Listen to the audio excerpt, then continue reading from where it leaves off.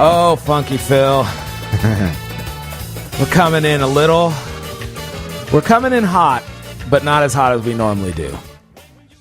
We're kind of getting a slow start this morning, huh? I'm groggy. Man, as the English say, I'm knackered. Oh, man. Funky Phil and I are tired, man. Coffee's not doing the trick. That was a long weekend. Man, it was. I didn't really work, though. I had a long night last night. Yeah? I had a long night. I'm not doing so great right now. I'll be honest. Did you have too much fun last night? I think so. I treated last night like a Friday or Saturday. And I'm like, I'm good. I just got the podcast in the morning. It's all good. I mean, yesterday was St. Patrick's Day, which is, Yeah, but Phil, I'm not Irish. Last I checked. I don't think you celebrate that. I'm not a bandwagoner either, so I'm not like, oh, it's a free day to drink. It was for different reasons.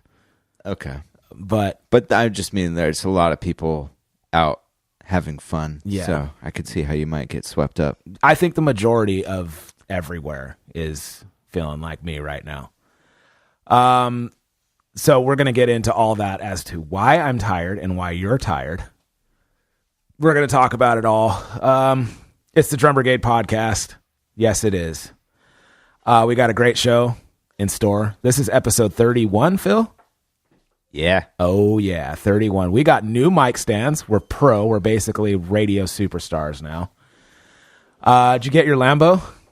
Yeah. Yeah? Yeah, I got Orange? 2 of them, yeah. Dang. They're actually made by Tesla. They're like Tesla Dang. Lambos. So they're electric, but Lamborghinis. Wow. Just kidding. Yeah. No? Someday they're going to make those. Maybe. A Tesla Lamb.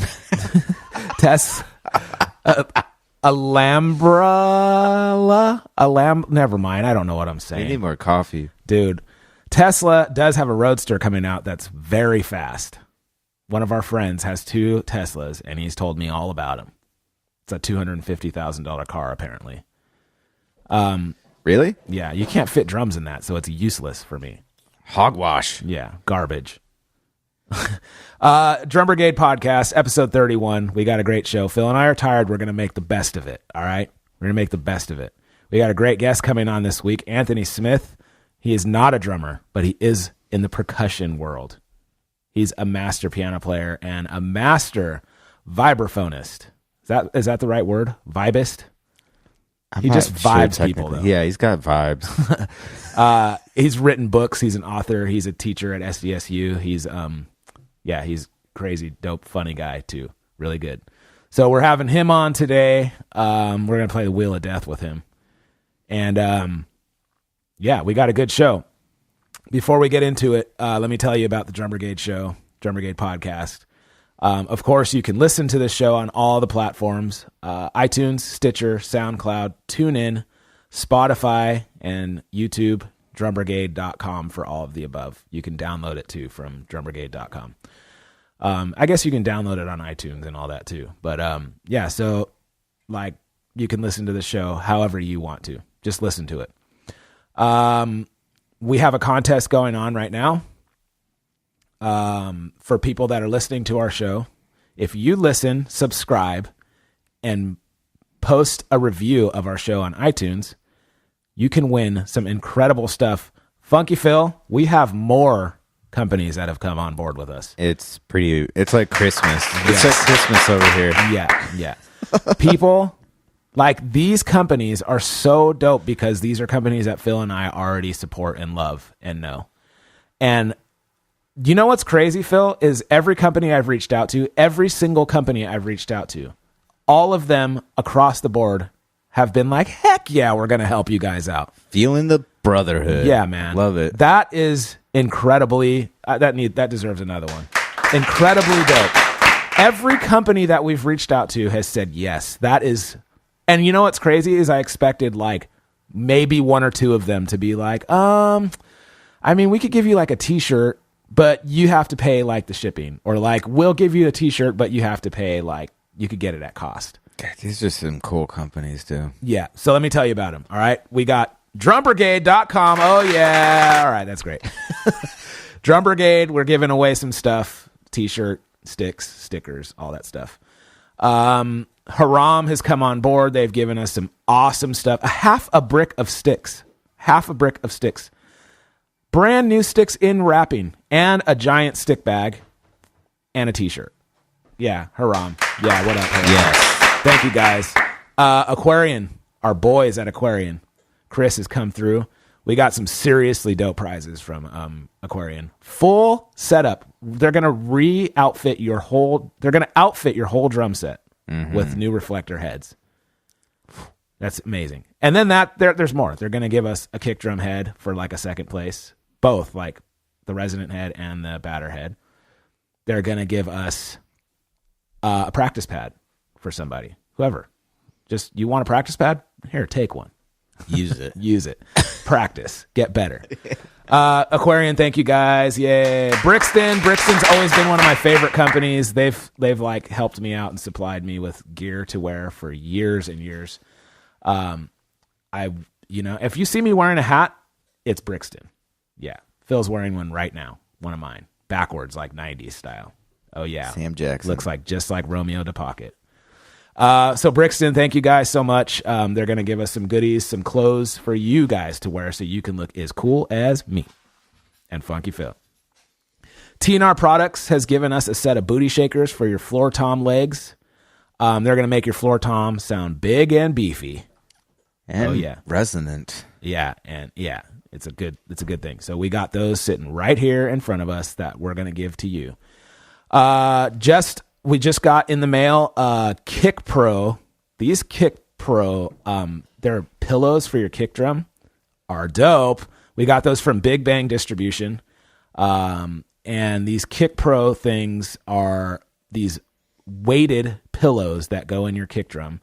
They're weighted and they're gripping on they're like grippy. They're like rubbery on the bottom so they don't move around.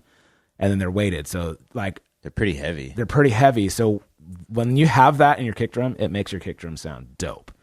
And they're dope looking. There's one with like cats at the movies. Kitty cats sitting at the movies.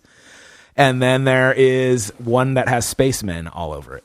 But they're space cats. Are they? Yeah. Wait, are they? Yeah, look. They're little kitty. Those mugs are space cats. Little kitty cat astronauts. Dude.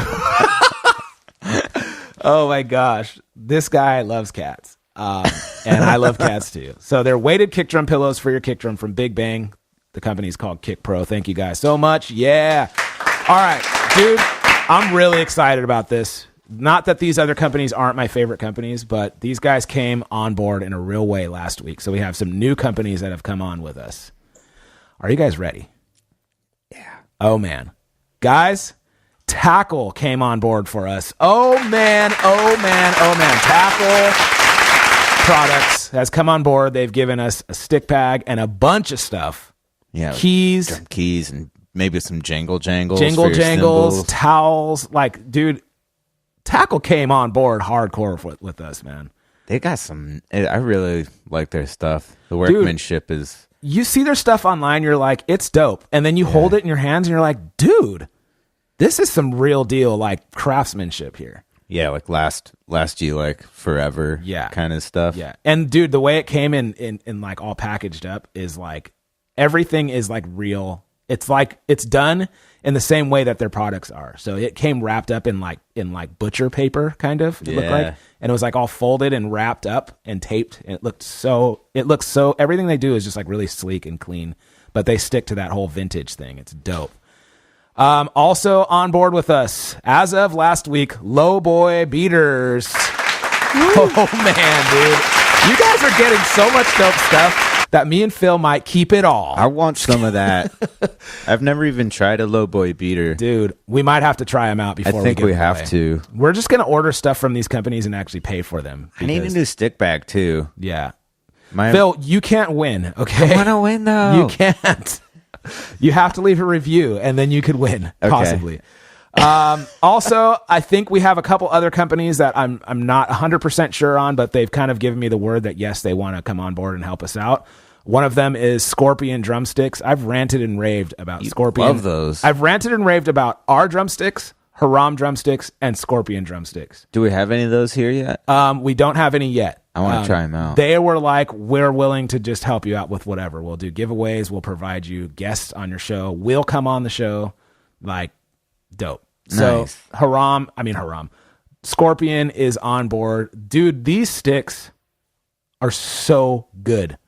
Like, if they give you one pair of sticks, that's all you need. You won't need any more. They last forever. Scorpion is dope. I love the smaller companies that are like, I don't know, they make quality products. So all these companies, man, thank you guys so much. They've literally just thrown us all kinds of stuff for free, like without any questions asked. I hit them up and was just like, yo, can you guys help us out? And they were like, yo, yes, we can. So thank you guys so much. Yeah. Oh yeah. All right. Drum Brigade. Oh yeah. Before I tell you about Drum Brigade one more time, let me let you know that we will be at the SoCal Drum Show in a few weeks. Yeah. April 14th. It's a Sunday. It's at the QLN building. SoCal Drum Show, QLN building in Oceanside, California. We will be there. We will have a booth. We will do a live broadcast. We're going to have guests. We're going to have giveaways, people. Oh, yeah. From all the companies I just mentioned and probably more. We're going to have so many giveaways. It's going to be dope. I feel like we should have some drums there. Maybe maybe some little robo setups. Maybe we should have a robo shed session. That'd be dope. We're still brainstorming, so we're probably going to come up with some ideas, but we are going to be doing live giveaways. The catch is you have to come subscribe to our what is this thing called? A podcast. You're going to subscribe to the podcast right then and there and leave a review. Your name is in the running and you're going to win something. Yeah. Yeah. We're going to do it live. So that's going to be fun. If you guys can, just come to this thing and party with us. There's going to be a lot of cool companies there too. Yes. And also Drum Brigade, we have some tickets to give away. So if you want to go, use the contact form on drumbrigade.com, hit us up and be like, yo guys, I want to go to the freaking whatever that thing is called. SoCal Drum Show.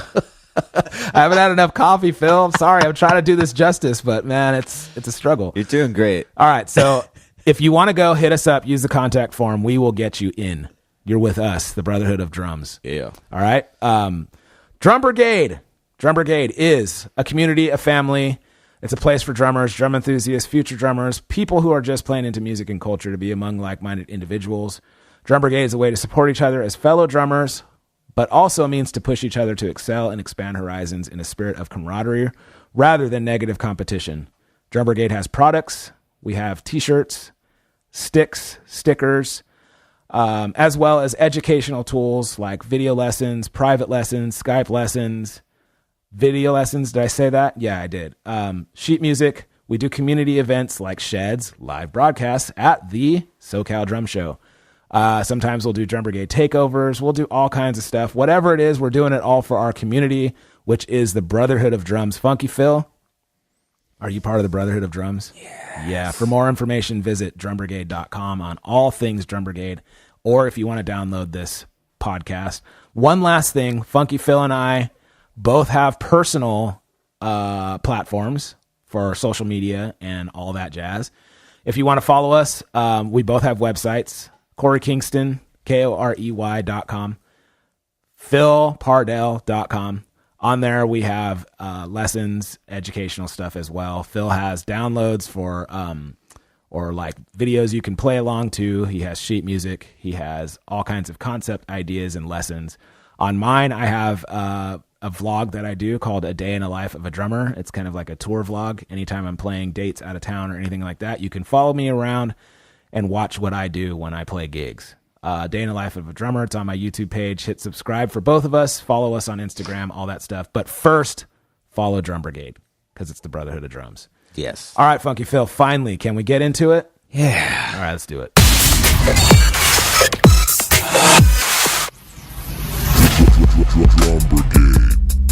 Oh, yeah. Oh, yeah. Man, I'm so pumped on all these companies, dude. Yeah. Because I love all these guys. I've never seen those pillows before. Those are cool. Yeah. They're like heavy. They're like quality heavy pillows. Yeah.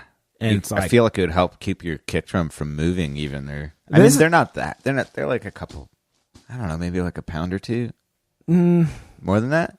No, they're probably like 25 pounds. Just kidding. No, dude, they look dope. That's like the kitty I'm cat. kind of in love with the space cat. The space cat. I need to post some pictures of these things. Yeah, for sure. Yeah, the Kick Pro. This is the thing that's cool about the Kick Pro is we don't know.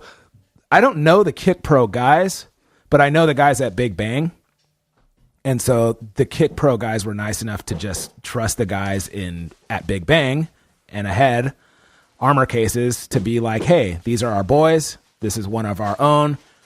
We got a podcast that we support, and we're going to hook you guys up. So that's really dope, man. Good on you guys. Thank you guys so much. Phil, you're making a lot of noise in the background with these pillows because he needs to post it. I'm going to make some pictures. All right. Well, we got to talk about our week. I'm listening. Oh, all right. All right. How was your week, Corey? Oh, it was a week. Where'd you play? I didn't really have too many gigs. Like I had my normal weekly residency gigs. James East is back from tour. He was on an Asian tour. Woo. And so he's back. That dude, if he knew I was saying this, he would be embarrassed, but that dude has still got it. Yeah, he's awesome. Not musically, Phil. He's definitely got it musically. Obviously. He's got away with the ladies, man. He's not a ladies man. He's very humble. He's very he's just all smiles but dude, women like me and Marcel, we're not bad looking guys. I would like to think, I mean, I'm married and Marcel's married and, but people these girls stopped us and were like, excuse me. And then they got a card from Marcel and then they reached out to Marcel and were like, is the bass player, what's his story? Is he taken or is he hitched and he's like, oh, I don't really know. And they're like, well, he's easy on the eyes. So it's funny. Awesome. When James is there, we do better on tips. We do better on with the ladies. We sound more like a unit. It's pretty dope. So yeah, James is back. It's cool. I love playing with those guys, man. So fun.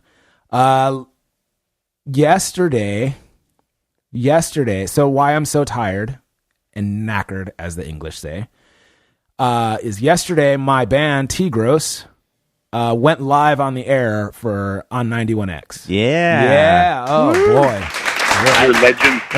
I wish I didn't get to listen. Whatever, I was Phil. playing. Whatever, bro. And I'm just a bad person. That's what I was going to say. Just kidding. No, it was cool, man. We went on the radio. Okay, so this is what's trippy about this band. We haven't really played a show. We threw our own show at our old studio, invited our friends and family, set up lights and a smoke machine, and just kind of played one time for our friends and family, and that's that. We didn't really play for anyone else. It wasn't like a show at the Casbah or it was just, hey, we're going to have a flyer party, friends and family, come and watch us. And that's the only thing we've done. We released an album and which is awesome. Thank you. We released an album, vinyl too, and which I have. Thank you. And it's great. And that's it. We haven't played a show or anything. But then here we are on 91X. Wait a minute. Hold on. Phil, are you posting this too? Yeah.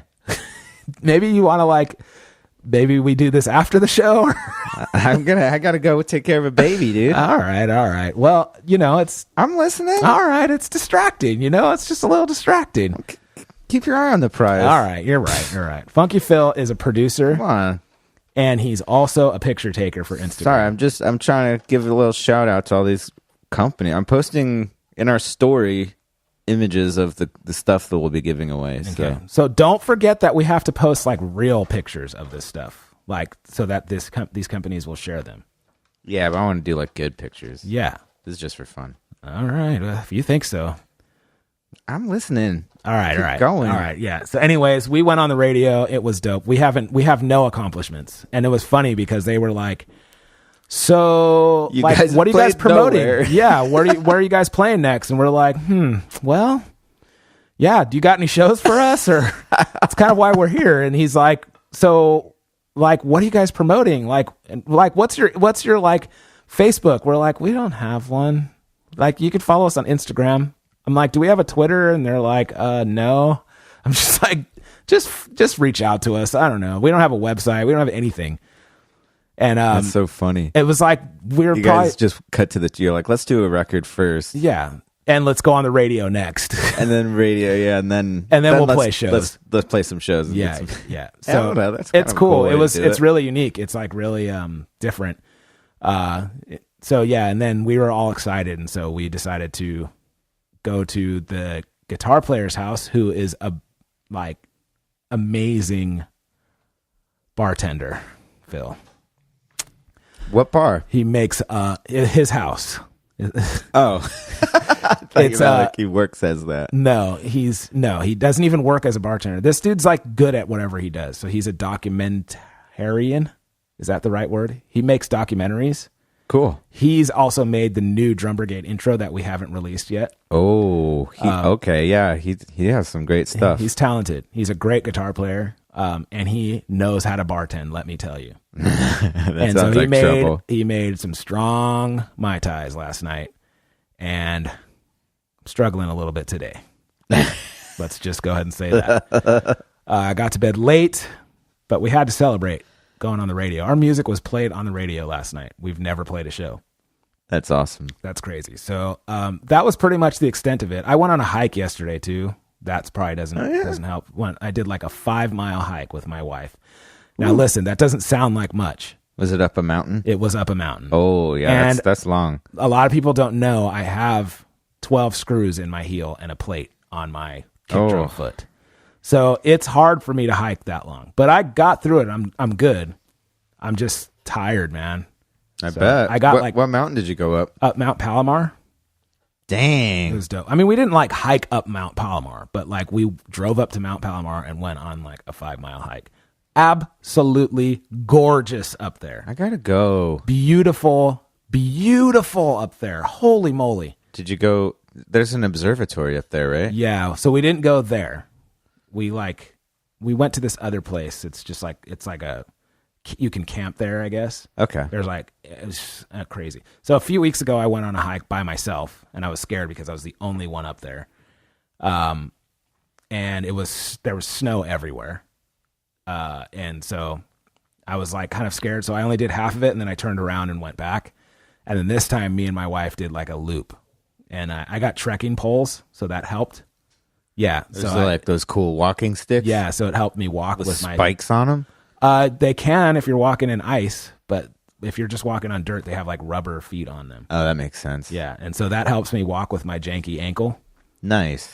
So that was really fun, and then you end up like at a pond, and it's freaking gorgeous, dude. It's like a Bob Ross painting. That sounds amazing. And then we hiked up to this stupid cabin called Scott's Cabin. That is not a cabin. Don't waste your time going to that. Stupid cabin. It's not a cabin. It's like a few logs like stacked on top of each other, and they're like, "Yeah, this is pretty much a cabin." A couple logs. And like everybody was there. That was. Is it like a historical site? No, I don't think so. They're trying to make it something, but it's nothing. Who's Scott? I have no idea. Maybe it's the tackle guy. Did you read the plaque? Was there a plaque? It says Scott's Cabin. And that's it. And I'm like, that's a cabin? It's not a cabin. Well, anyways, it was a dope hike. We saw wild turkeys just walking. Oh boy. We saw wild turkeys. Nice. We saw deer just right there. Just, hey, what's up, deer? I saw a lizard. And yeah, we saw a lot of beauty. There was a lot of beauty up there. So yeah, my legs are sore. I don't think I'll be riding bikes today. It was a good weekend though. I kind of took a weekend off. Nice. So yeah. Anyways, that's what I did. What did you do, Funky Phil? I had like the opposite week. Like You went hard. I played a lot of gigs. Yeah. And didn't see my family much. Didn't really do anything just for fun. Bro. But it was good. I got to play with some great people this week. It was fun. That's cool. I had a lot of variety, which was nice. I think that's how my week is going to be this week. I had like a private event, like a corporate party, and then I played with JB and the Movers, which is always so fun. Did you have to carry a big piano? Yep. Oh boy. It wouldn't be a Movers gig if I didn't move a piano. Dude, it's worth it though, man. The thing is, it sounds cool and it has stage presence. How long has JB had that hat, that leather hat? Ooh, I've never seen him not wear that hat. It's been a few years now. He sleeps in it too, huh? That's part of it. He's kind of like you. He's very dedicated to his look, image. Yeah, and he's got his thing dialed in, and it's working. Man. He just got signed with Hammond. He's a Hammond artist now. Yeah, dang. You can find, if you're interested out there. He's Oregon Freeman is his handle on Instagram. There's a band called Oregon Freeman, not to be confused with them. This is the person. Oregon Freeman.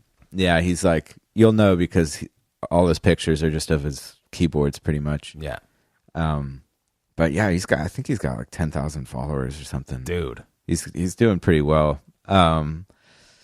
Anyway, yeah, so we ripped and it was super fun. And then we did this like kind of jazzy wedding gig with Cassie B.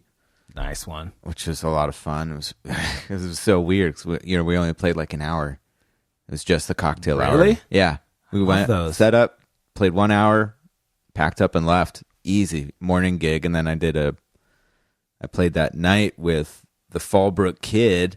Oh boy, Anthony Collins. Man, that kid rips. That guitar, right? Yeah. Yeah. I mean, I used to teach him drums back in the day. Oh yeah. Super humble, really cool kid. I mean, he's a young man now. He's 18. So I don't know if Fallbrook Kid is still. I don't know if he's still going for that name or not. I feel like he's a blues player, right? Primarily, but he can play pretty much everything. He rips, man. I feel like if you're a blues player, you could keep that name when you're 60 years old. You're still the Fallbrook Kid. Yeah, but a lot of what we did was more funky stuff. Nice. And it was a power trio. It was like me and him and Kevin Cooper. I don't know if you've played with him. Yeah, of course. But that dude rips too. There used to be another Fallbrook Kid, but he is a fantastic blues player. But he wasn't known as the Fallbrook Kid. Huh. But he was from Fallbrook, grew up in Fallbrook. We grew up together playing music together. His name is Nathan James. Okay. Incredible blues player. But he was like a kid. What is with Fallbrook and like raising these amazing blues kids? I think there's like a little like mini blues scene there. Yeah. It's like a good amount of people that are into it. That's dope. But yeah, no, this kid, he's been just obsessed with music since I've known him when he was like 14 or 15. Yeah. And even younger, since he was a little kid, that's like all he wanted to do. But dude, he rips. It was a really fun night. I'd never played with him before or Kevin Cooper. He's a great bass player. I got the set list like 2 days before we were supposed to play everything. So it was a lot of like, keeping my head up. But that's my favorite way to do it. It was so fun. We just ripped and it was like just super high energy, really good hang. Everyone was cool. And then the next day I played with the Eric French Quartet. Oh yeah. Up in Temecula. We did like a brunch gig with Kevin Freebie on bass. Who? Just kidding. Josh Weinstein on keyboards. He rips. The whole band. Everyone's smoking, man. They're so good. That's cool. It's one of those, like, I feel like that's one of those gigs that pushes me. Like I'm trying to, I'm supposed to play with Kevin Freebie tonight. Yeah. In San Diego. Man, he's so good. Yeah, he's good. He's pretty good. Yeah. And then I after that I went and played another gig yesterday. Dang, dude. With Cassie B. Why would you ever be 40. Tired? You didn't do anything this weekend. Gosh. It was a good fun. No wonder fun. Like people like that come on our show are like, man, Phil, you gig a lot. So like, I'm like, man, yeah, you do. Trying to stay busy. Trying to buy those diapers, dude. Yeah. Gotta buy those diapers. Dang, dude. I think I'm going to have a power week this week. I haven't looked at my schedule, but I know I have a gig tonight, tomorrow, the next day. I don't know about Thursday. I think I have rehearsal Thursday. I think I have a gig Friday. Maybe not this Friday. And then I think I have 2 on Saturday. Nice. I have a busy week ahead of me. Woo. I'm not starting off very strong. I need to power down, recharge, rest, recharge, and then get after it. So, yeah, Funky Phil. Up next, we got our guest, Anthony Smith, coming on. Yes. It's going to be dope. Dude, he rips. Yeah. He's so good. So we're going to talk all about all of what he does and what he can bring to the table to our show. All right, Anthony Smith coming up.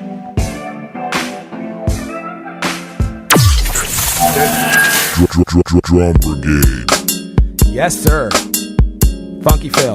Yeah. We got somebody very special on the line with us. This guy is the real deal because he's not just a simple-minded drummer like us. You know what I'm saying? He is not a caveman. Yeah, he's not a drummer at all, actually. Not a drummer at all, but he is in the percussion world, if technically speaking. So online with us, he's an author, a composer, arranger, screenwriter, piano player, vibraphonist, friend, cool Father. Dude. What else? Father, husband. Anthony Smith online with us. Anthony, how's it going, my friend?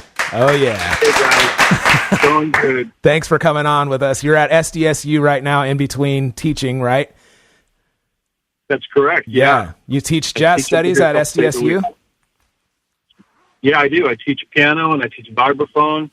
I accompany for auditions and recitals, certain students. Nice. And then I also do combos. I conduct combos. Very cool. Yeah. That sounds like that's a hardcore job, man. Like I'm nervous about that job if it was me, but I don't know. You're definitely like you got what it takes to be in that role, right? Well, I've kind of been in and out of academia like for longer than I care to admit, to you guys. I did my undergrad at SDSU in the 90s, and then went out and did a bunch of touring and playing and did different things. And then eventually, many years later, went back and did my master's at SDSU. Nice. And somewhere in there, I got involved as an adjunct faculty member. So it's a cool gig because, it's something I do part-time and it keeps my hand in the whole academic world, but it has the flexibility where I can go out and still do gigs. And if I'm going to be out of town, I still have some flexibility. So it's good. Man, that's awesome. It. That's cool. And how is that program over there? How is it teaching and, how are the students and all that stuff? Because you spent some time in New York. So I always think of New York as like the Mecca for jazz, I guess, these days. How does our students here in San Diego compare to some of the students out there? Well, it kind of goes without saying, and what you said is correct. It is the absolute Mecca of jazz, like internationally. So living there can be a little bit daunting in the sense that you have people who've come from all over the world who were the best, they were the best trumpet player or best whatever in their little town in, Eastern Europe or wherever, you name it. They go to New York to cut their teeth and see if they can hang, So if you thrive on that kind of an environment, that kind of competitive, kind of, demanding environment where you're going to be pushed all the time, it's awesome to be there. But at some point, it can kind of be a little bit, like I said, daunting because, you really are a pretty little fish in a gigantic pond. Yeah. Whereas out here, we have a cool scene here. I think the scene in San Diego is great, and I always have thought that. And the program has always been great at San Diego State. When I first moved there, I was still kind of like making a transition from being a student to trying to get out and be a professional musician and do gigs. And being in that environment for a few years with great teachers and other instrumentalists and students that were really talented and motivated, that was like the perfect kind of incubator for me to take my musicianship to the next levels. And I made a really nice transition, a very smooth transition from being in that program to going out and playing full time. Like I joke with people, I didn't have to go like, make frappuccinos in between, which would have been cool. That's fine. There's nothing wrong with that. But I was able to make a smooth transition from being in school full time to being out in the real world full time as a musician, which is something I'm still proud of. Yeah, that's awesome. But the program, and the program has always been strong. You've always had great teachers there. Bill Yeager has been running the program since I was involved in it, as I said, in the 90s. Cool. And he's just a tremendous band leader. He runs the big band there. And there have been other guys that have been involved in the program, mentors and educators that are kind of a who's who of San Diego jazz players. Yeah. So it remains a great program, and I'm happy to be a part of it. I'm proud to be a part of it. That's really cool. Yeah, that's like awesome. And I think I love jazz. Obviously, Phil loves jazz. Phil's a great jazz player. I'm mediocre, but it's okay. But yeah, no, if you go out to some of the jams out here in San Diego, I love that there's a nice scene out here where it's it's like pretty authentic. The authenticity of keeping jazz alive out here is really kind of strong, and it's a tight community where it's not really like vibey or backstabby, or it's like everybody kind of knows each other and gets along, and it's cool. Gilbert Castellano, is like kind of not pioneering, but heading up the, taking the lead, I guess, in our community here in San Diego. And, it's dope. I like that. Oh yeah. Yeah. People like Gilbert and Holly Hoffman and Rob Thorson, and I could name a bunch of others, have just been so vital, keeping perpetuating jazz in San Diego. And when I moved back, recently from New York, within the last couple of years, I was really pleasantly surprised by how many new or up and coming younger generation musicians there are that are out there that are really playing well. Yeah. Not just jazz, but just I just think the music scene in San Diego has always been kind of a pleasant, like a secret that people don't really know about. Like people think of San Diego as just this, hey bro, it's going on the beach or whatever, and nobody's like wants to practice or like right. slacker Mecca or something. The Mecca of Cali reggae, San Diego. Totally. Yeah. Totally. But you actually have a lot of there's a pretty vibrant artistic scene here, I think. Yeah. Well, that's cool. That.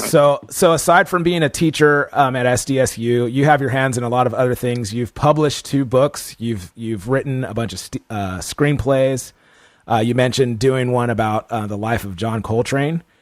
So your right. The books that you've published is the Master of the Vibes, and it's a book about a bunch of different vibraphone players. And that's like right. that's probably your most popular book, right? That one is on everything, and it's that's the most recent thing that I've published. Okay. And I actually had a publisher that sort of shepherded me through that process. I wrote that one on the East Coast a couple of years back. That's a really beautiful book, man. Thank you, man. That was a real labor of love. Like, I had to do a lot of heavy lifting in the beginning to get other people excited about it. But once I started to gather some of the interviews, because it's a series of conversations with, the world's great living jazz vibraphonists. Yeah. And once I was able to put a few of the interviews together, the rest of it started to kind of fall into place. For example, like when I was able to secure an interview with Gary Burton and fly down to hang with him. He lives down in Florida, and hang with him and do like a really extensive interview. And once I had that sort of in the bag, I knew that the rest of it was doable, and that I was going to be able to kind of market the project because I had gotten a few of the true heavy hitters of the instrument to participate. Yeah. So, and also, it was just a no-brainer for me to do that project because I was living in New York City, where there's such a concentration of great vibraphonists, and the East Coast in general. So that was a cool project. It was actually called Masters of the Vibes: Conversations with Great Living Jazz Vibraphonists. And as a funny little aside, it's like, as you guys know, anything you do in life, there's always going to be a naysayer. Like, no matter how committed to something you are to do your best work, someone's going to come out of the woodwork on social media and tell you how terrible it is. Yeah. And after I published the book, I'd say that 98% of the feedback was very positive, about the project, and people saying, "Oh, this is something I was waiting for someone to do something like this, and I'm so glad you did it. Thank you." which is validating, and I really appreciated that. But then there was a couple, naysayers in there. One guy, but this is kind of funny. So one guy wrote me a message on Facebook and said, it's a nice book that you wrote, but I can't forgive you for not including Cal Jader. and I said, okay, well, did you read the title of the book? Because it's Conversations with living jazz vibraphone. and as great as the legacy of Cal Jader is, that we can both agree, unless you're going to break out a Ouija board for me, I don't think I'm going to be able to interview him. Cal at this point. So. Wow, dude, that gets me every time. So I've had so much of that. Like, we haven't had much of that for this show. But I'm just waiting. The more success you have, it's coming. It's coming. Yeah. We're pretty outspoken on this show, and I know it's coming any moment. But I've had some people reach out, and I guess what we're getting the most right now is people just ghosting us. When we're like, hey, can you come on? And they just don't even respond. They're just too cool. Yeah, but I got that. I had an article in Modern Drummer come out a couple years ago, and I had people straight up I just don't understand. Why would they interview you? I don't understand how they made this happen. How did you make this happen? And I'm just like, dude, I feel like I don't even want to explain this to you. Let's just not talk about it. Right. Yeah. Haters. Yeah. Haters gonna hate, man. Hey man, so check this out really quick. One more thing about the Vibes book. So when we released the book, which was put out by Lee Howard Stevens, who's an incredible marimba virtuoso who is partially retired now and runs Malotech / mostly Marimba, which is the New Jersey-based company that published my book. Mm-hmm. We had a release party in conjunction with the annual vibraphone festival that they put on at their factory in Neptune, New Jersey, near Asbury Park, and it's called the World Vibes Congress.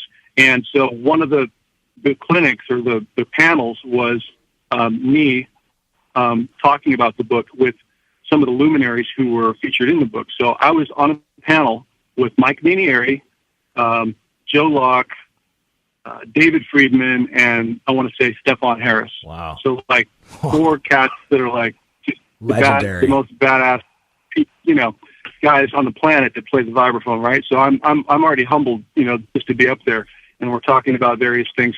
And so I'm not going to name any names, but this guy raises his hand and stands up and says, "How come I'm not in your book?"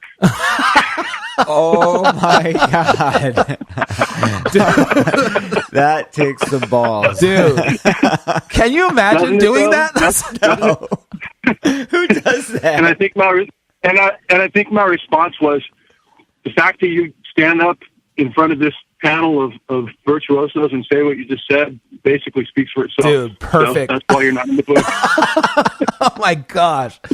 I cannot even imagine. That's so crazy, dude. Damn. Was this guy noteworthy as far as his playing? Did you know who he was? I did know his name, and I was sort of vaguely familiar with him. Mm-hmm. And I felt a little bad because I knew going into a project like that it's going to be somewhat polarizing on some level, no matter how encompassing you are, because you are inevitably going to leave off some people, Yeah. You can't, it's all, you've seen the book, it's already a pretty long book with small print, right. And there's 30 different artists that are featured in there. So I was already kind of pushing it by having that many people in it. And I also, another criticism I got was, I included a couple of people who, one young lady who I included who, deserved to be in it, but didn't have the prominence or the name recognition mm-hmm. of, some of the other guys. And there were a couple other artists as well like that were kind of a little more obscure, but that I knew personally and really felt that they deserved to be part of it. And I got some people would say, why did you include that person? Kind of sort of like what you were talking about with your article. Why would you think of putting them in there and not this person?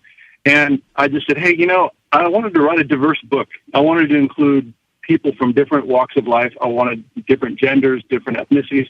I didn't want to just write a book about a bunch of old white dudes, that play the same instrument. Yeah. So, I'm sorry it didn't conform to your standards of excellence, but I had my own, sort of agenda to be diverse and to incorporate different people. So I love telling people, we put a lot into this, and when I had that article, I'm like, yeah, man, I put a lot into my career to have an article in Modern Drummer. But I'm like, what you can do is put a lot into your career, and then maybe you can start a podcast or you can write a book, and then you could put whoever you want in it. But don't criticize me for doing what I'm doing. I'm doing it how I want to do it because it's my book, or my podcast, or whatever. Exactly. Yeah. Yeah. You have to defend yourself. That's so funny though. That's so how we always say it's such a drummer thing to do, but it's I think it's just a musician thing to do. Drummers would so do that. Yeah, I feel like it's something that everybody. It's in every walk of life. People get jelly. Yeah, like Uber drivers. Well, why didn't you pick me to drive you to the airport? It's it could be anything. It could be anything. So you published another book. This one is what should we call this? Is it taboo? I don't know. It's like a rated R book, right? It's an adult. It's the real life stories of you. It's definitely not for the kiddies. Yeah, and it's definitely not.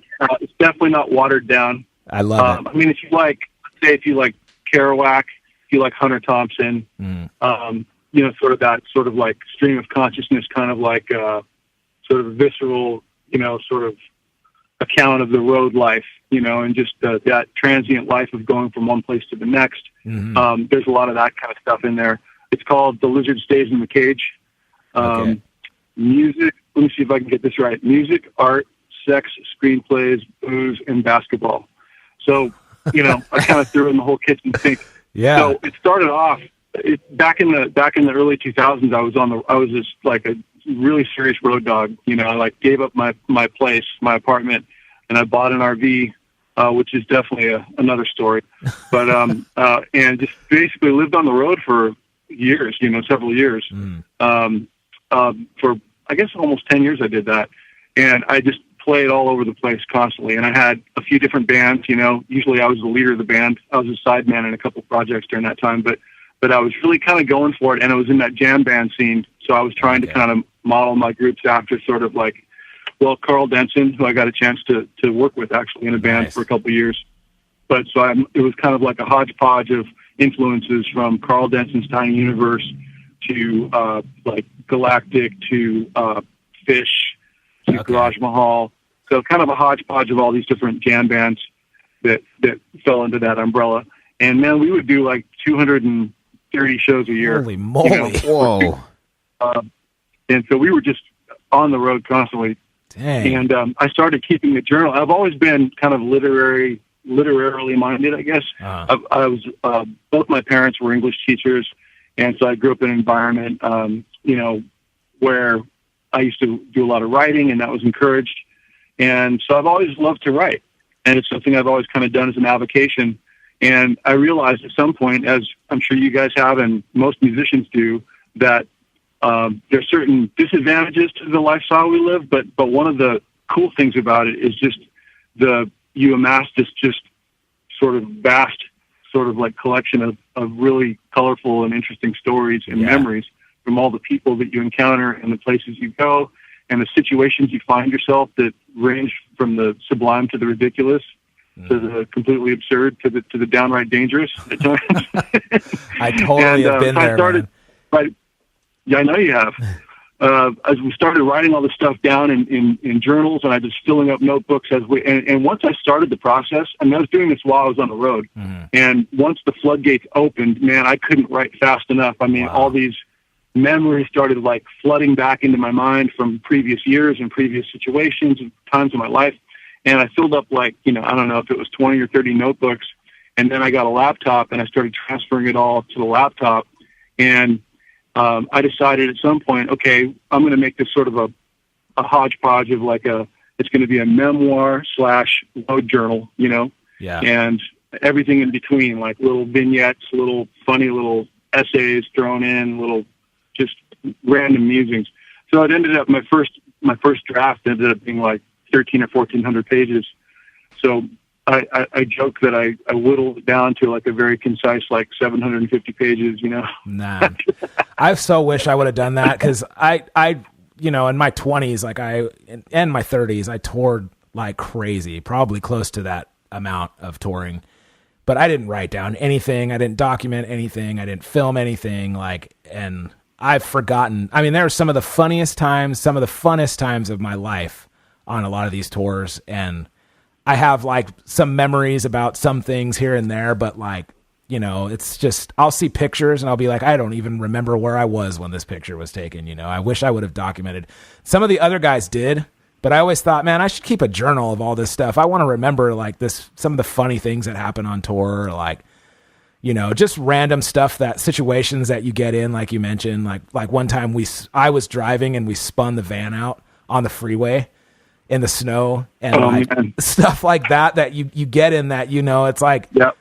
You don't remember, like, you know, it's just like, it's cool story. So that's really cool that you documented all that and you have that, you know, even just to remember how life was on tour, you know, back then. Yeah. Yeah. The only thing now is, you know, I mean, you know, it's cool. I'm a family man, and I'm, you know, I'm a little older now than when I first wrote it. So I'll look back on some of that stuff or read certain passages, and I'm like, oh man, that's pretty incriminating. Yeah. Yeah, but that's what was happening, you know, that's, you know. Yeah. So that's part of touring. And I think, it's true. And you get into sort of a survival mentality when you're out on the road for long stretches of time like that. You can kind of you definitely lose your sense of being grounded, and you just kind of get into this sort of surreal state of just going from one place to the next. And you just, everything changes all the time, and you're, you know, constantly being around new people and new situations. And, man, I definitely kind of lost my perspective on some things when I was out on the road for so long. I remember, and it took me a while, you know, to get back to some semblance of normalcy. Yeah. After I stopped all that crazy touring, and I didn't realize how crazy the schedule had been and what we were trying to accomplish until I actually removed myself from that, you know, environment. And the reason why I pursued it so aggressively and such an insane schedule was, early on, I was involved in a project in San Diego called Giant People with the trumpet player named Carlos Washington, and John Staten was the drummer, and Ignacio Arango was playing bass. Nice. And we went out and did some touring, and that was kind of my first taste of touring in a band, and it was really fun. You know, we're doing the Western states, and we kind of hooked up with this really popular band at the time. They're still probably doing well. I haven't checked up on them lately, but the String Cheese Incident. So band in the jam band scene that did very well, and we had some connections to them. So we were kind of hanging around with those guys. And one day, I think we were down in New Orleans, and we were backstage at the Sanger Theater? I think that's what it's called down there. And we're hanging out with those guys, and it's like a party backstage, and everyone's having a good time. And I asked I think his name was Billy, the guitar player, the leader, and I said, man, do you have just one piece of advice for us, you know, to get to where you guys are at, and how you've amassed this following and this grassroots, this thing you have going? And he said, yeah, I do. He said, actually, it's one simple thing. Do as many shows as humanly possible, whatever it takes. Just get out there, get your vehicle, and just start, just grassroots, just do as many shows for as long as you guys can do without killing each other as possible. And I was so empowered by that, and that advice. I was so empowered and inspired me in that moment that I heeded it. I took it to heart 100%. And cool. In retrospect, it was probably the worst advice anybody's ever given me. Oh man. But the thing is, you have so many life experiences now, so much that you wrote a book about it, you know? No, I know. I said that sort of in jest, because what happens is if you go out there and you don't have a real game plan and you're just kind of winging it, let's just fake it till we make it, guys. Like, you're going to be faking it for a long time. Oh, yeah. And you put yourself in some pretty uncomfortable situations when you just take a bunch of gigs and try to string together dates in between anchor dates that you don't really know about. And you just try to wing it. You find yourself in some pretty precarious and sometimes demoralizing situations. Oh, dude. By doing that. So true. That is so true. That is that's so perfectly said, that I've been in that exact situation, but what it's done is helped me to when I see bands going in that direction, if I start in another band or something and they're just yeah, we just want shows, man, we just got to get out there and do it, it's the only way it can happen for us. I'm whoa, let's pump the brakes a little bit, man. Let's chill down and let's think about this. We have the internet now, okay? We can do a lot more for a lot less, you know? So, right. Okay, so we're gonna talk a little bit. I want to talk about the bands that your quartet and then also Retrosonic, but this also ties into the question of the day or question of the week. So we're gonna get on that.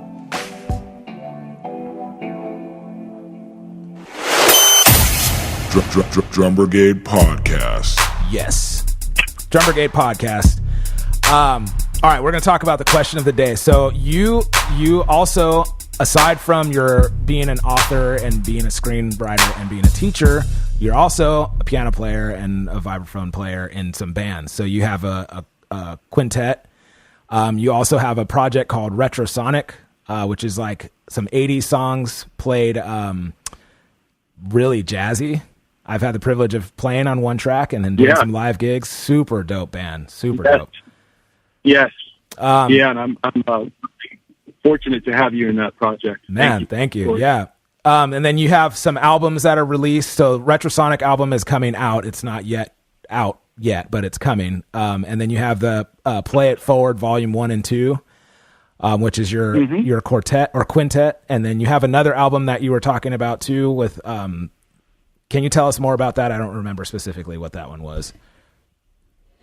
Yeah. So at some point, I got serious with the vibraphone, and tried to put the same energy that I had put into the piano into that instrument and, worked really hard at it.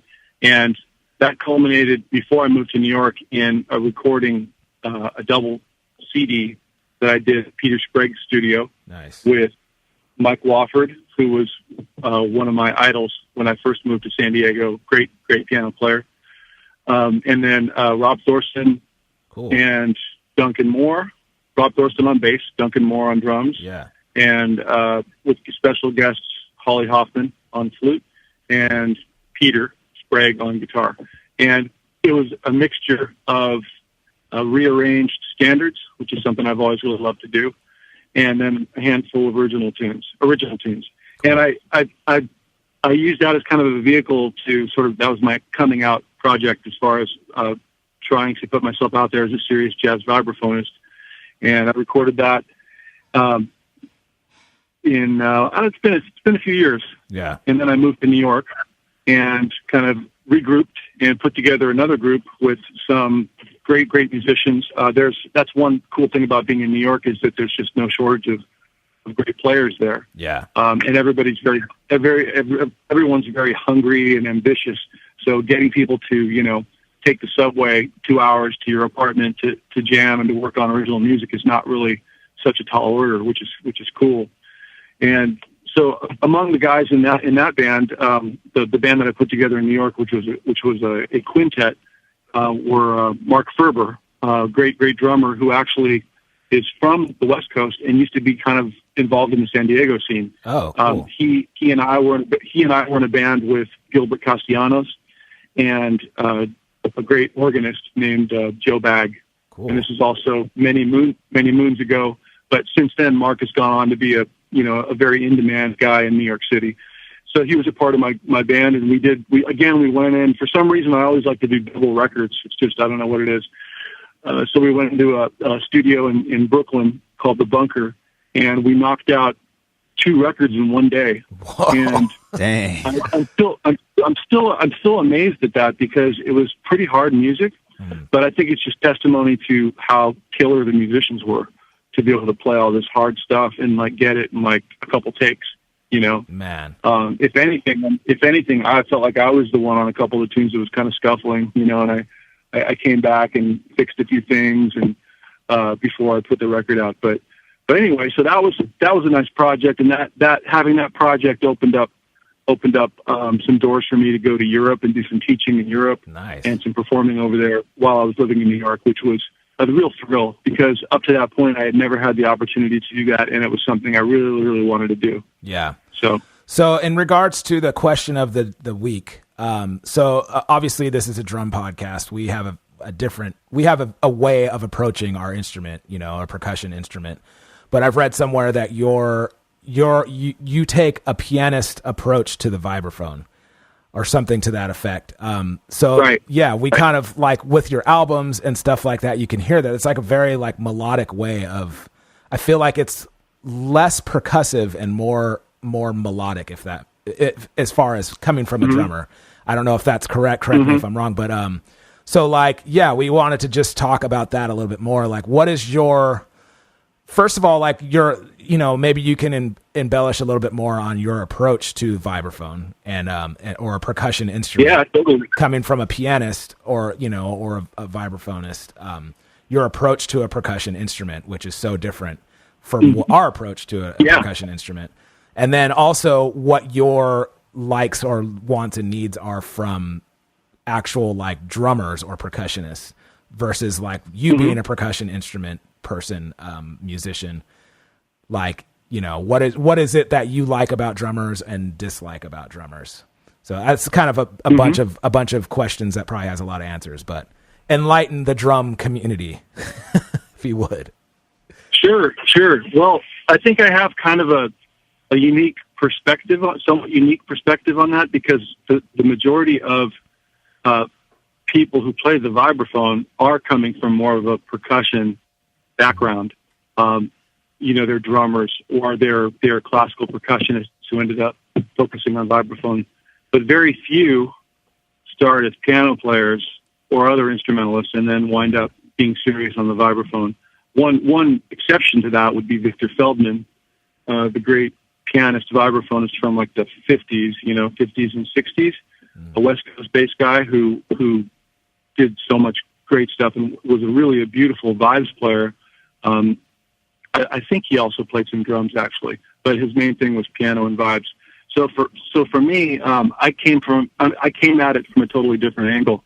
I was always mesmerized by the vibraphone. I always loved the sound of it and just the look of it. And I had the great opportunity to watch Bobby Hutcherson perform a number of times live when I was a teenager, which was a really formative experience for me. I grew up in the Bay Area, and Bobby lived in Half Moon Bay and would play often at a club where my dad would take me. My dad was a big jazz fan, still is. Cool. And he would take me to this restaurant where I could get in because they served food. And I would sit 2 feet away from Bobby Hutcherson's vibraphone and just with my jaw dropped open, just basically marveling at what he was doing. And even though I was a piano player, that was my main thing and what I was studying and working on, I had this really deep affinity for the vibraphone. And I always felt that there were some really strong correlations between the two instruments. Yeah. The obvious one would be because both have a keyboard, a similar keyboard, and they're both can be played harmonically. Mm-hmm. If you play the vibraphone with 4 mallets, you can approach it more harmonically and, somewhat pianistically. Yeah. Interestingly, the vibraphone, a lot of people think of the vibraphone as they associate it more with 2 mallet playing. Milt Jackson, Lionel Hampton, even a couple of the more modern cats that are amazing. Stefan Harris and Warren Wolf are essentially 2 mallet players. So that a lot of people, that's their perception of the instrument, is that it's not a chordal instrument and that it's more of just like a percussive 2 mallet kind of a drumming type of a technique that you use. So for me, I came at it really differently, and it took me a few years of really stumbling around the vibes because I'd never had developed, like legitimate percussion chops. Mm-hmm. I was a piano player, and I put a lot of time into the piano to the extent that I could transfer, somehow I could take things that I'd learned, all the stuff that I'd learned in solos that I'd transcribed on piano, and all the harmony that I'd studied and tunes that I'd learned. I could take a lot of that information and transfer it sort of off the cuff or spontaneously onto the vibraphone. But it wasn't necessarily the prettiest. It wasn't necessarily. My technical execution left quite a bit to be desired because I'd never really worked out my rudiments. So for me, I was playing catch up on the percussion technique Whereas for the vast majority of people, I think, who pick up the mallets as a vibraphonist or say, hey, I'm going to be a jazz vibraphonist or just a vibraphonist in general, they're coming at it from the other direction. They have to learn all the musical stuff, like harmony. If you're going to be a 4-mallet player, Right. they have to learn. They have to approach it. They have all the things that I fortunately learned earlier. They have to tackle all that stuff, but they already have the chops. So, that's the yin and the yang of the two ways that people approach the instrument. So, but I think because I came at it from piano, it also gave me kind of a different sound, like you hinted at, a little more of a harmonic approach to the vibraphone, and just definitely something that's different than the typical. Oh, I'm going to try to play like Milt Jackson or Lionel Hampton. I definitely approach it more like someone who's trying to take information from the piano and apply it to this instrument. Now, having said that, though, I've definitely in recent years really made more of a concerted effort to get my percussion chops together so that I can really play the instrument gracefully and with good technique, because obviously that's important as well. Yeah. And I think being on the East Coast and having exposure to some of the people I mentioned, and then other guys like Mike Manieri and David Friedman, Tony Maselli, Ben Galice, Tyler Blanton. I could name a bunch of other people who all there are really brilliant 4-mallet players. Tom Beckham is another one. Having access to these guys, these artists, and becoming friends with them, and it really inspired me to want to get my act together more on a technical level. And watching them play, I started to see more of the 4-mallet possibilities that I find so exciting about the vibes. So my thing is like, yeah, if you're Stephon Harris or Warren Wolf, I mean, you can basically wow people with 2 mallets. I mean, legitimately, like, it's like, wow, that's amazing what he's doing. I can't do that. Yeah. But for me, my personal aesthetic of music, I'm really excited by the 4-mallet possibilities of the instrument. That's cool. And kind of taking what someone like Gary Burton or David Friedman did, or Mike Manieri, and trying to just find my own approach, given that context. That's so awesome. I noticed too that it also translates, like being a vibraphone player also translates to your piano playing, because from playing with you quite often, your piano playing is obviously, it's very beautiful and you're like very seasoned, but like when we play like a Montuno or something like that, it's so percussive how you play, how your approach is to the piano, which is like I don't really experience with other piano players. It's really dope. So it's like really easy to play along with as a drummer. It's like, it's just in the pocket, it's great. Thanks, man. I think it's great to play a couple different instruments because they end up benefiting each other, like you just said. And that was a really cool revelation for me when I thought it was going to be a one-way street. Mm-hmm. When I started playing vibes, I thought, well, hopefully my piano stuff helps my vibes playing, but I didn't really imagine that the opposite would be true. But I really appreciate your saying that, because I feel that there has been a benefit to my piano playing. Yeah. And, because the piano really is a percussive instrument as well, but a lot of times piano players can get into other things, can get hung up on other things besides really, approaching the instrument percussively and really thinking about time and the precision of playing good time. You know what I mean? Yeah. Well, that's awesome. That's like all the stuff that you're describing too is like comes across in the new album that's coming out, the Retrosonic stuff, the arrangements on that album. That is such a great album. That's all I can say. Like the arrangements, the drumming on that album is so good. Thanks, man. I can't wait for that to be released. And then the beautiful thing about that album is it crosses over to where like my mom or my wife, who aren't really like deep into like straight ahead jazz or anything like that, but they still recognize the songs, and then they recognize the approach, like the arrangement, and they're just like, oh, I really like this. This is really good. It's really cool. It's going to be a great album. Thanks, man. To me, that's the ultimate like accomplishment in the jazz world. If you can put out some music that musicians respect and enjoy listening to, because there's musical integrity to it, and it's something challenging to them as a listener. but then people who like music but aren't necessarily trained or aren't aficionados can sit and listen and have an enjoyable experience also. I think that's the ultimate accomplishment, really. Yeah. If you can pull that off. It's really cool, man. Not easy. Yeah, it's not easy, but there's, it's cool that it's really unique for us to have like a drum podcast and then have a different perspective as to like how to approach an instrument. Most of the time we're not thinking musically or, melodically or anything like that. We're just thinking percussively, I guess, or, keeping it in the pocket, laying down, making it feel good. But it's a different perspective for us as drummers and as a drum, our drum community. It's cool to hear a different perspective and to have a different approach from somebody like you. It's really cool. So yeah. Cool. Yeah, thanks. All right. So now, are you down to play some Wheel of Death with us? More lighthearted questions. Let's do it. Let's do it. All right.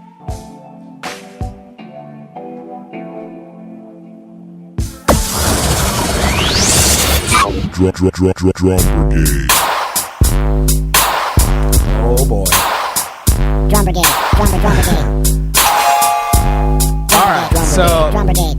Wheel of Death questions. They're not necessarily, some of them don't even have anything to do with music. They're just questions. All right. So we'll just spin the wheel. Fire away. Yeah. Fire Let's away. see how this goes. Oh boy. This is the dumbest question first. Sweet. Do you like coffee or tea? Coffee. Me too. Me too. All day I long. loved tea back in the day, but no, I'm a coffee guy. I quit one time. just to prove to myself that I could. Mm-hmm. But after a week of that, it's just, what's the point, man? Life is not worth living. just Just have a good cup of coffee. Doesn't get you there. It doesn't get you there.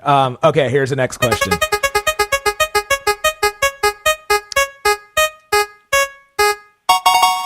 All right, it's a scenario question.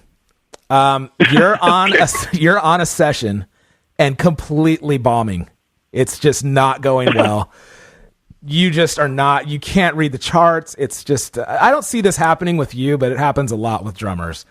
It's the worst case scenario, though. You're just not delivering like how they need you to deliver on this session. So what do you do?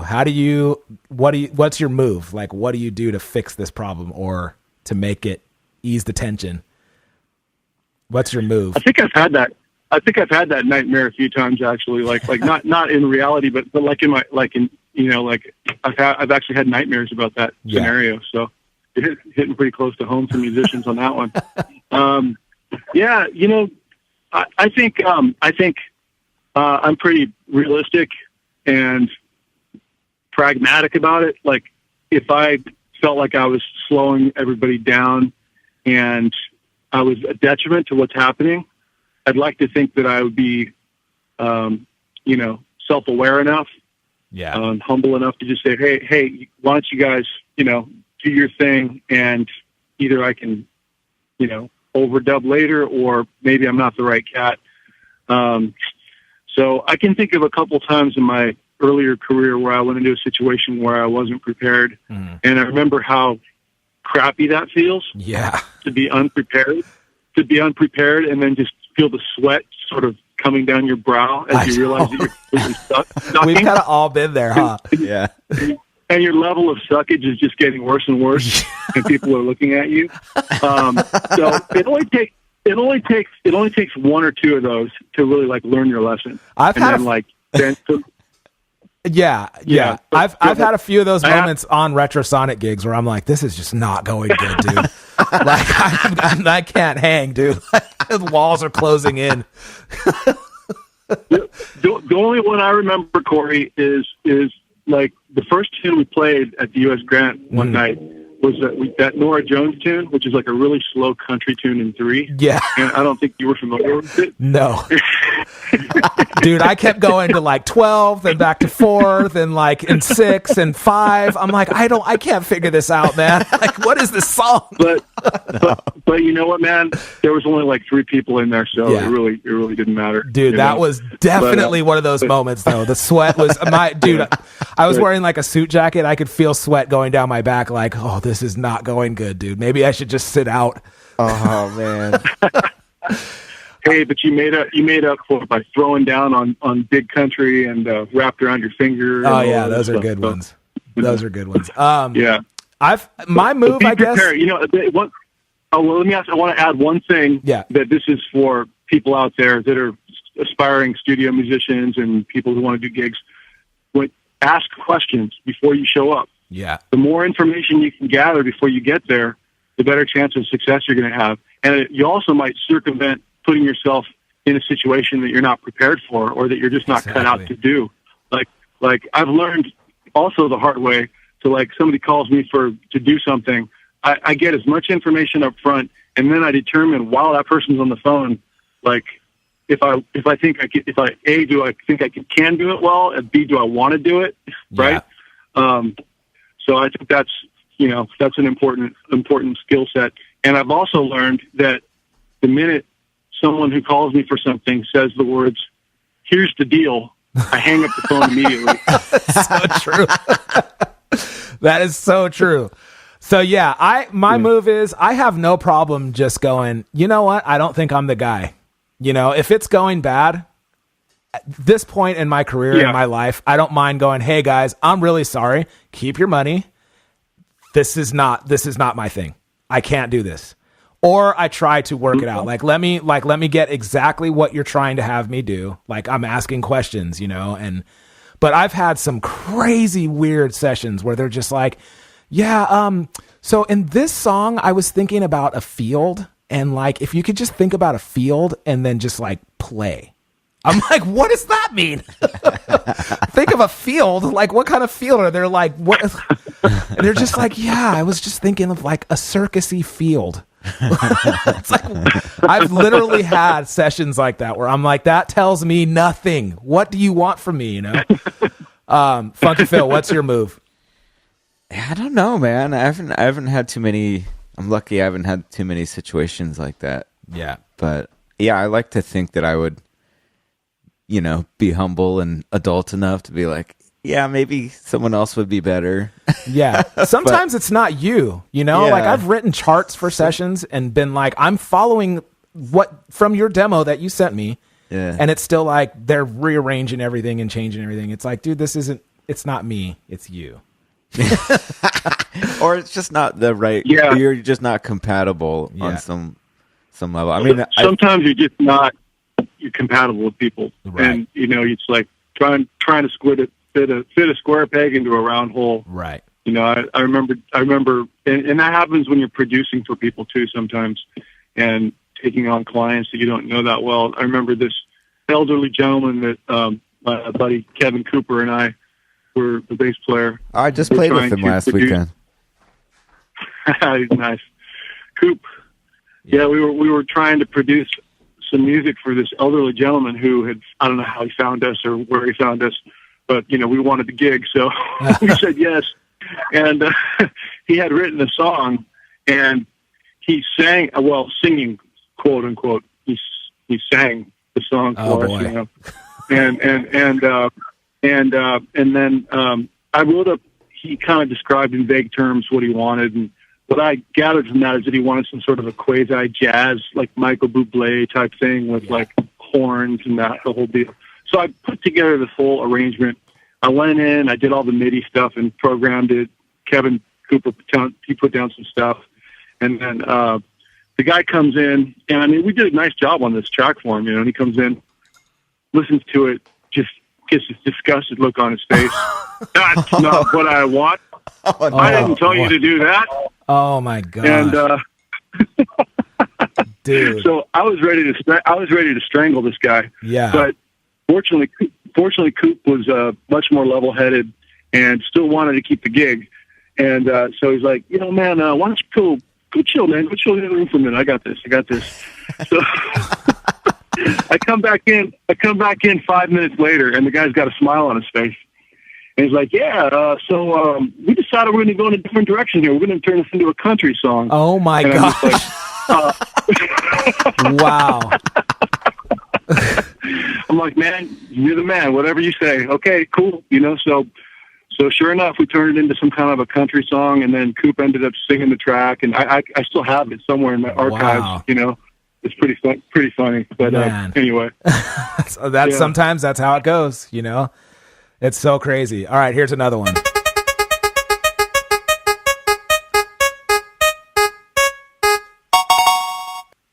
All right, hold on a second. I don't like these. Here, let me hit it again. Those are dumb like drummer ones. I'm sure you don't care about electronic drums, right? This is my favorite one. Okay, we're all married men here, but back in our day, what's your move on asking out a girl? You see a girl you like, what's your approach? What's your move? I normally ask this with the young drummers, but I think this is a good one for three married men. It's words of wisdom. Oh, man. Well, I remember a line that guys used to use on the road when we'd be, at gigs, and it's getting to the witching hour. And I think the line was basically, "This place sucks, let's get out of here." That used to work pretty well. This band sucks, let me get out of here with you. I think it's funny you say that, because I remember one of the perks of being a musician on the road and being single, which I am not now, was that you didn't have to really do all that stuff. Like if you played a show and you were cool, and you're just hanging out talking to people, that would kind of take care of itself, because you're performing, you're kind of in a little bit of a spotlight, I guess, and you're doing something that not everybody can do. Right. And we get kind of jaded about what we do and take it for granted, but it really is just kind of a mystical, mysterious element to being able to make music, and like make music with other people and have it be kind of cohesive and actually move people. And I think that there's something that just inherently attractive about that, not just to women, but, or, to the opposite sex or whoever you're interested in, but just people in general. Yeah. So that social element, kind of takes care of itself. As long as you're cool, as long as you're a good person or a decent person like that, that element sort of takes care of itself. So, man, it's weird to think about. I feel like, I've been married for 14 years now almost, and so I'm a bit out of practice. But when I was single, for me, it was all about confidence, and it was all about I don't know. It was all about being my move was always kind of backhanded compliments. So I'd give you a compliment, but I'd kind of diss you a little bit too. You're kind of pretty. Yeah. No, it'd be man, you're really pretty, but did you have to do your hair like that? What's up with your hair? Or something would kill you to wear some makeup or something. And it would always offend them. Corey, I can see that. I can see you doing that. See me doing that, right? Yeah, yeah. Or something something simple. Man, I really you're you're really beautiful. But what's up with those shoes? What you went with that? You expect me to talk to you with that outfit? Didn't always work out, but that was typically my move. In intriguing them in a funny way, and dissing them a little bit to make them laugh. And make them be oh my gosh, did this guy really just say that? He really doesn't care that much. And that was always my move. Right. Definitely wouldn't work with my wife. Right. If you get someone to laugh, you're kind of got your foot's in the door. You know, if you make someone crack up. I did play on the musician thing too. Sometimes I'd when I was asking girls out or whatever, I'd always be hey, I'm playing over here, and try to use that angle. Hey, it's a hard life, man. There's got to be some fringe benefits, right? Exactly. For being an artist. I'm dying to know what your move is, Funky Phil. Oh, man. You're you want to have babies? I've been babies? out of the game a while, man. Shoot. I don't know. I don't feel like I had a specific go-to move. I think I just, I feel like I kind of was more the just be like a spider and build your web, and then like That sounds really creepy. and then like Trap them. and you just be yourself, and then they'll like fall into pull up in the van. yeah, they'll fall in the into your van. web. Put the lotion in the basket. Get in the back of the van. Yeah, exactly. That kind of vibe. Yeah, the lotion. No, no, I don't know. I'd just be myself. Can I interest you in fragrant lotions? Come in my van. Yes. No, I'd just be myself, and I don't know. Like, you see someone, and I don't know, man. I didn't have like a go-to move. Okay. I just it's always good to ask them about them. Yeah. And really, in an honest manner. Not, I don't mean like. Oh, you're so sweet. I don't Phil. mean as a move, but like I feel like that's always. Okay, let me paint a picture. That's always a good route to take, is ask them about them. We're all coming off very married right now. So let me paint a picture, okay? You're playing a gig. Yeah. Snap your fingers. You are not married, no kids, nothing. It's just you, single guy in the world. And you're like, you know what? I want a girl. Let's not talk about a hookup, okay? Because that's a different approach. Yeah. Like, we're talking about, like, you see this girl and she makes your heart skip. She walks in the door and you're just like, holy moly, who's that? I have to go talk to her. I can't miss this opportunity. What's your move? Man, I don't know, man. I'm sticking with spiderweb, dude. I just be myself, be cool, and just chill. And if they want it, they can come get in the web. All right, I like that. That's cool. But you might miss your opportunity. That's okay. It's not meant to be. I'm not like a aggressive. I'm gonna go get that girl kind of guy. I guess. Yeah. I don't know. Anthony, Do girls come up to drummers like the same way that they do other instrumentalists, or is it a certain not like a guitarist? Certain type of women that are attracted? Or is it a certain type of women that are attracted to drummers? Most of the time, I mean, I have had that happen back in the day. It never, ever, ever happens anymore. I must put off the married vibe very strong. Most of the time, funny enough, it's the singers that are coming up. Like, if it's a female singer, it's the singers that are always into the drummer.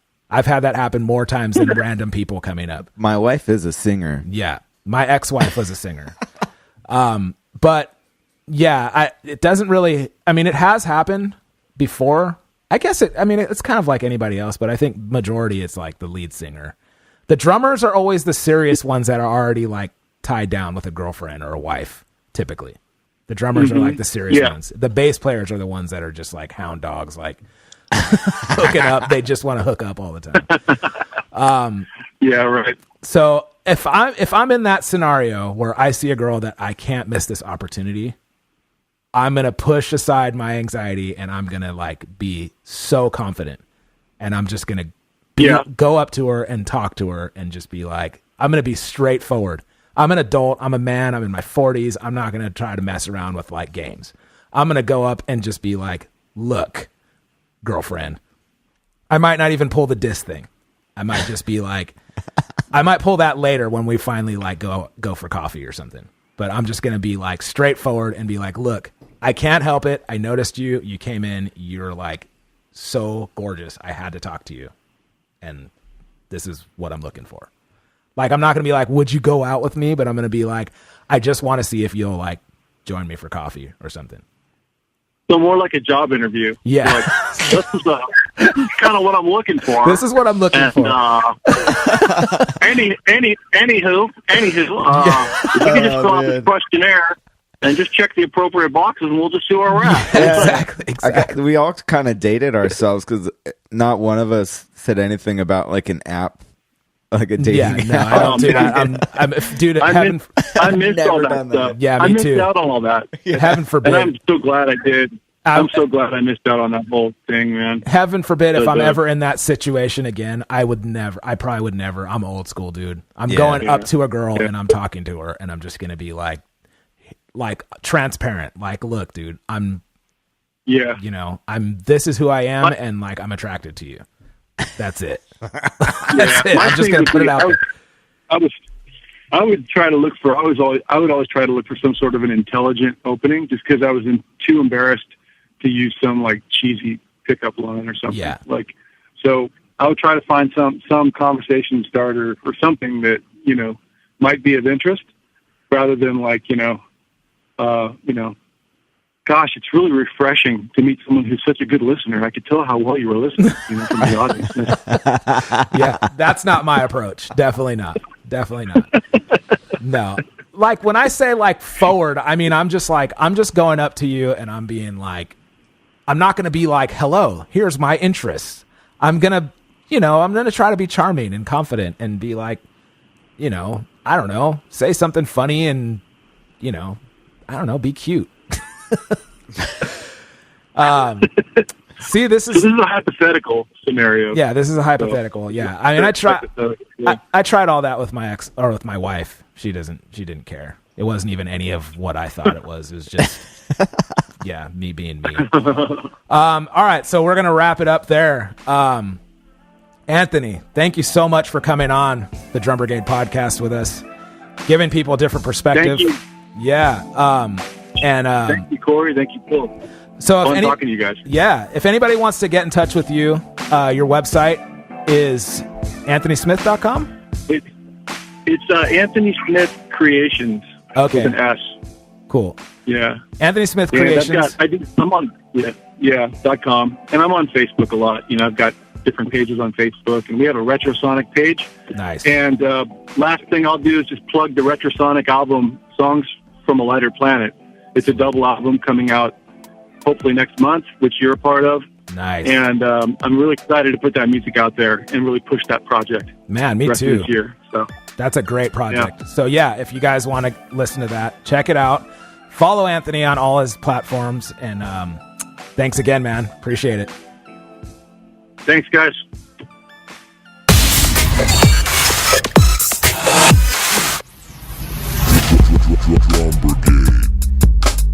That was dope. Yeah.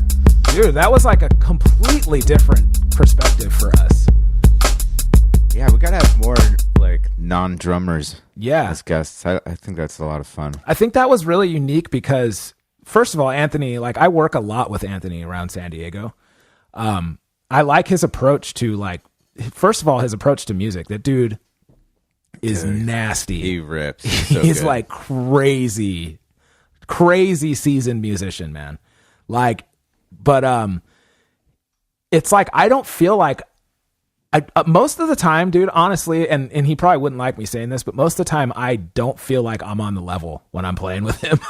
Yeah. I feel like I'm holding him back maybe, or holding the musicians, like, especially when we play with Retrosonic. Like, I know our songs, but sometimes we'll do a lot of standards and stuff and like some fast, like swingy stuff and crazy, like Latin tunes and stuff. A lot of times I'm like, dude, I'm hanging on for dear life. But he still always gives me a chance, He's like willing to like have me be a part of it. It's cool, man. He's a cool dude. Yeah, he's awesome. But dude is a monster. Dude is crazy at piano, dude, and crazy at vibes, man. Yeah, he's vicious good. Yeah. So that was really dope. It was really cool to have a different percussion element on our show. And give a different perspective. I want to go read his books. Dude, his books are dope. His Master of Vibes book is cool. It's like very well done. Very well done. It's almost like a coffee table book.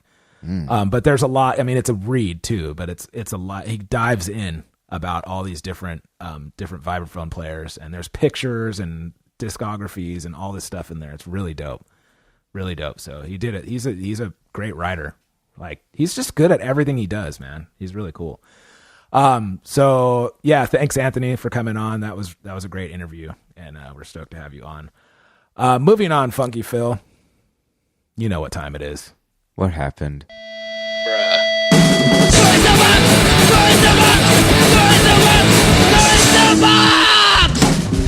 I ain't trying to hear that right now. Who did it? Funky Phil. It happened again. What? This time I wanted to rip this guy's head off. Okay. At my gig on Wednesday, the notorious, infamous thing that happens every week. Can I touch your hair? No. Can I touch your cymbals? Yes.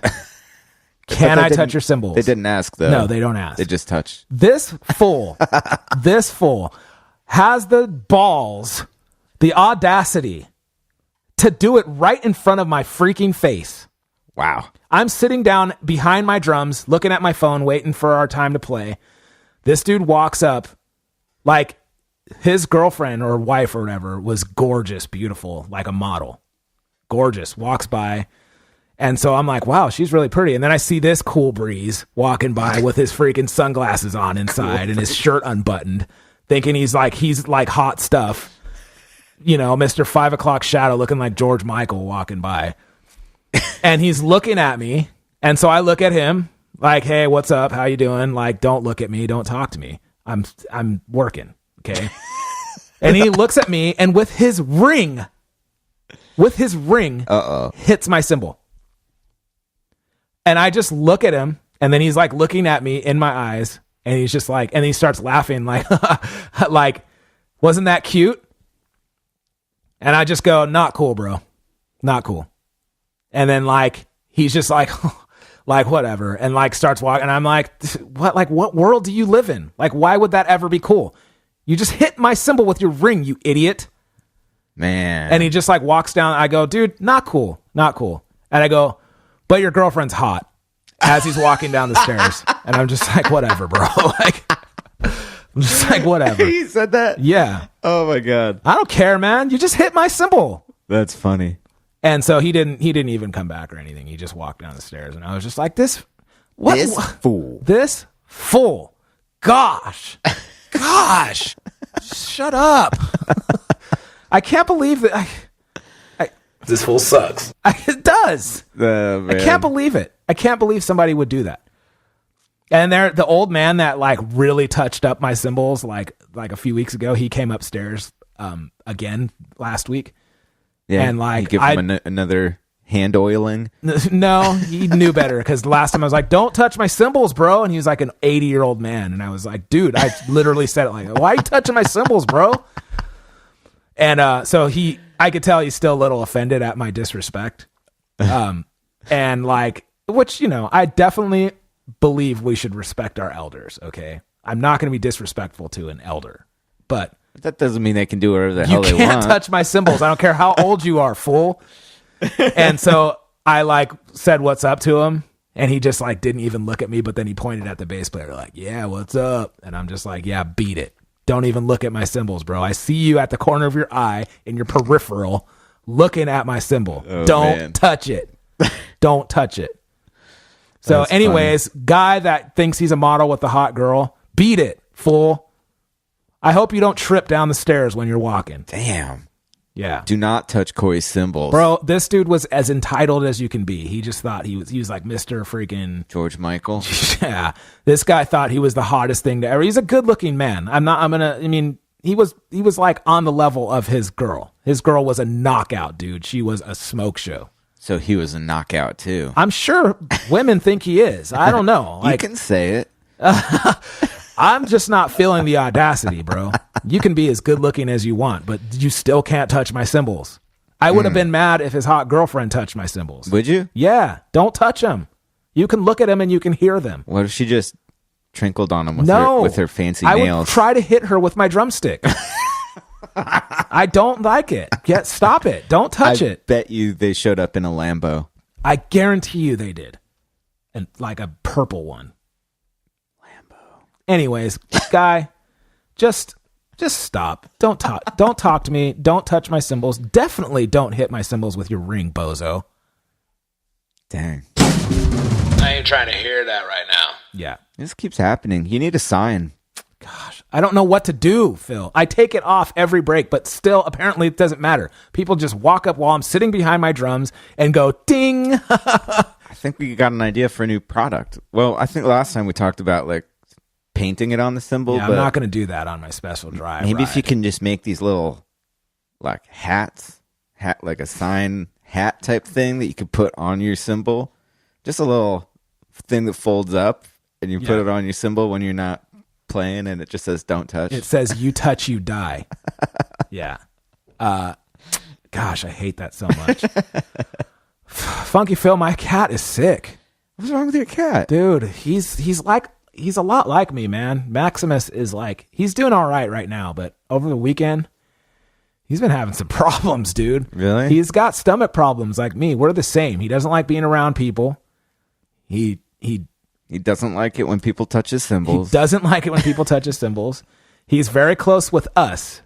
And like he's cool if you like right now he's cool with you. He's not hiding. He's just hanging out on the couch, but he has stomach problems. You can't switch up his diet or he'll be sick. Well, he ate something and his stomach has been a mess all weekend. So he's been locked in the bathroom. We've had to give him baths because, okay, so my cat is like a Maine Coon or like a Manx or something. He has no tail. He's very, very, very fluffy.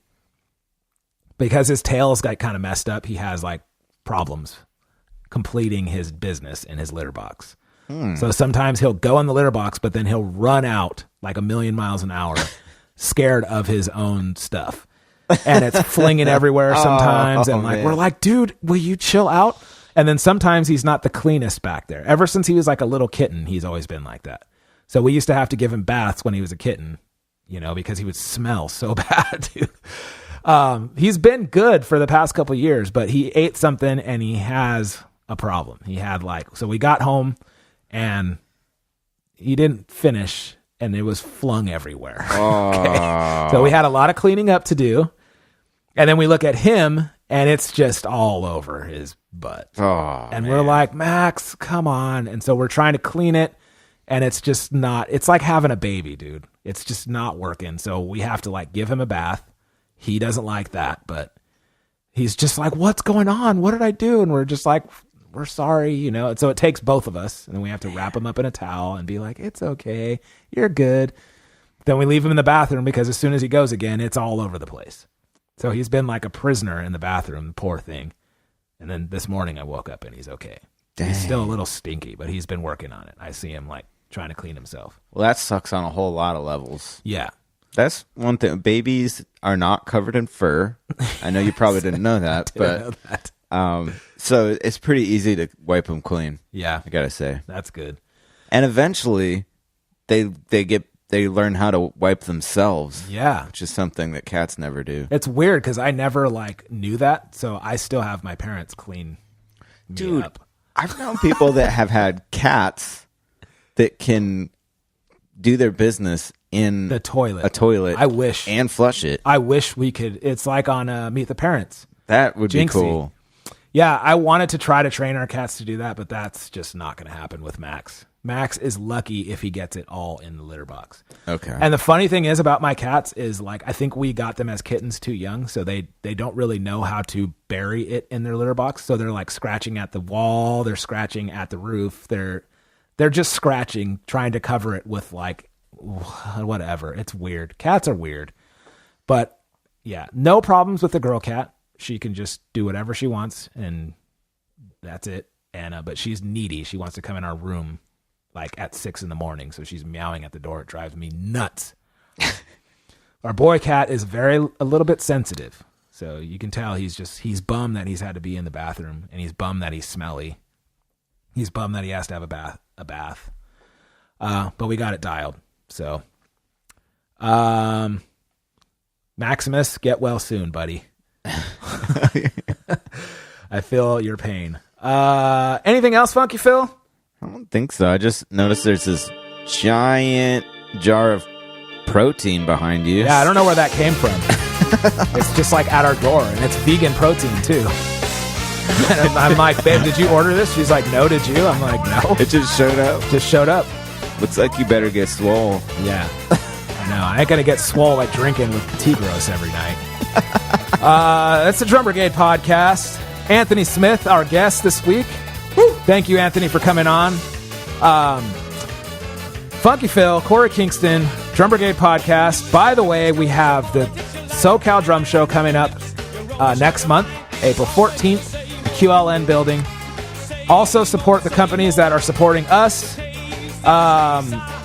Drum Brigade, Haram, Aquarian, Brixton, TNR Products, which is Booty Shakers, Kick Pro by Big Bang, Tackle, Lowboy Beaters, Scorpion Drumsticks, and more to come.